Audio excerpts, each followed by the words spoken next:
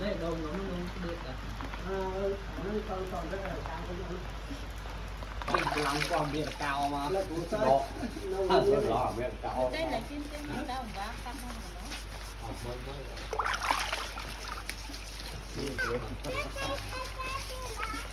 Sai bỏ miếng hả? Nó có một pê thôi bông.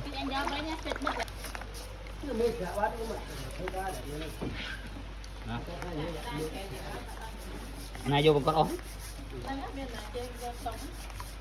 Bát mới là ông phát đi, ông đó. Tha con bát. Ở đây. Còn rồi. Một con tí co đó. Thôi, trường mức trường hỏi dây đó là về hồi. Cái việc ba chặt đây là phải để kia nó lúc đấu nó cứ thôi. Để lên sao đó.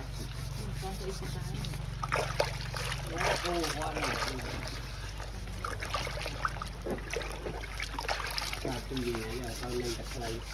Thì việc rồi. Rồi cái bộ mòn này nè, ngon vậy đó. Cô mới tỉa thật lên đó, đưa. Thấy cái lỗ rõ mình có vượt qua tháo đó, không lỗ cá. Chưa tha. Lẩu bạc ca hay lẩu bạc ca bạc tiêm lắm.